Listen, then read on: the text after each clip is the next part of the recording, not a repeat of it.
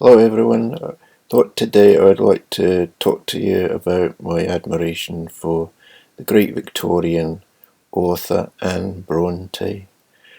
I have a deep admiration for her, not only as a writer but also as a woman. Um, I'd like to continue with this video by showing you a few book covers I have in my collection to do with Anne. The first one is this one.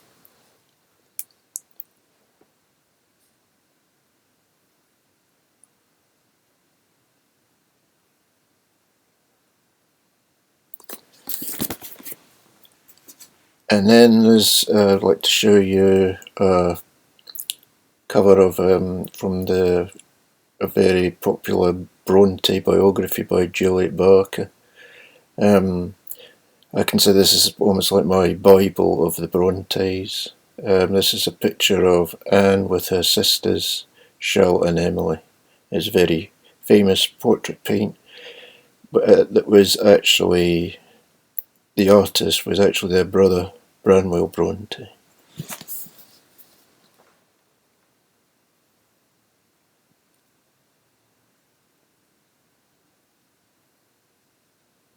You see Anne there on the bottom left hand corner. Emily is standing next to her, and on the other side is Charlotte.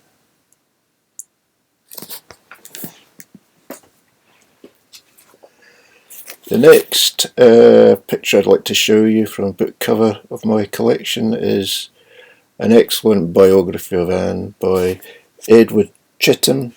It's an excellent read, and this is a famous sketch done by Anne with one of her heroines looking out to sea, wondering what might be in the future for her.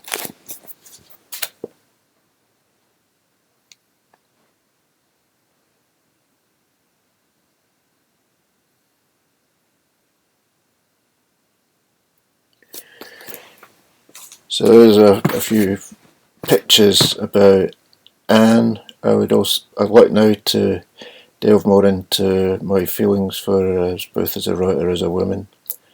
Well, first of all, as a woman, she was a truly wonderful person.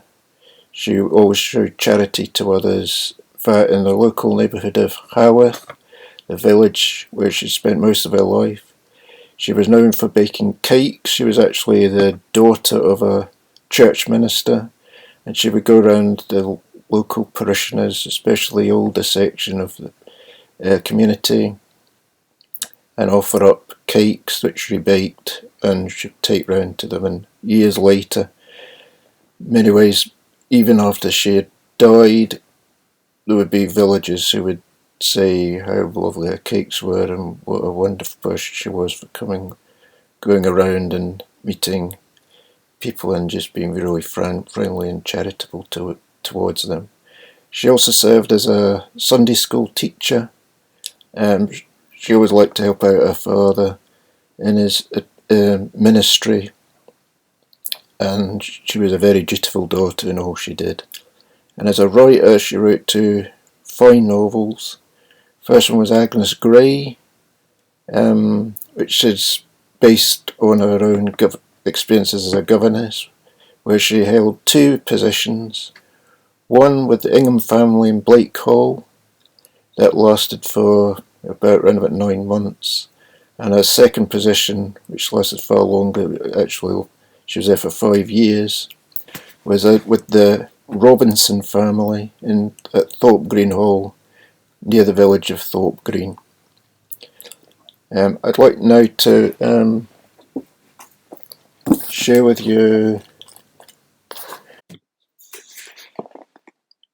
This is a picture of Blake Hall, which is where she spent that was the first governess post with the Ingham family, where she had the care of two young children, a boy and a girl, but unfortunately they were very spoilt and very unmanageable, and had a very tough time with them, trying to get them to learn their studies, and they were very difficult.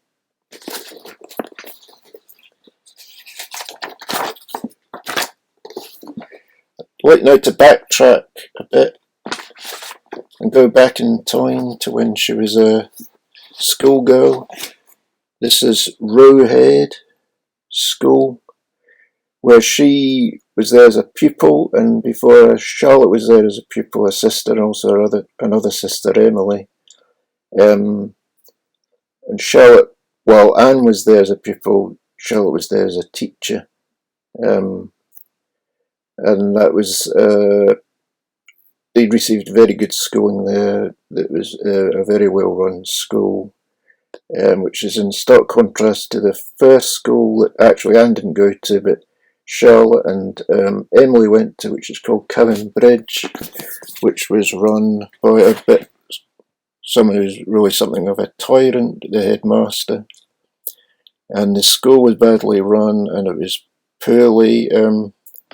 Food was of a very poor quality, and it was just prone to disease. In fact, many children had to be sent home because of picking up illness. And in fact, some people don't know this because they think only of the famous Brontë sisters, but there were two older sisters, one called Maria, one called Elizabeth. Maria was the oldest, Elizabeth the second oldest.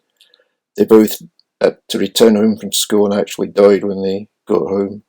And that was, they had tuberculosis, which was what pretty much killed off more or less all the Brontë siblings.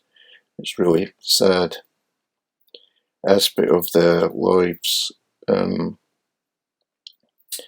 But continuing on with Anne's life, particularly her writing, which is what I really want to concentrate on here.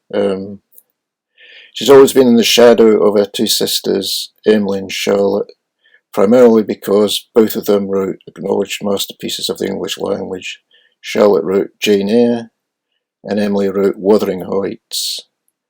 And Anne's work never quite received the recognition it deserved because it was always thought of as a poor relation to Wuthering Heights and Jane Eyre, which is a bit off really because both of Anne's novels were very good books.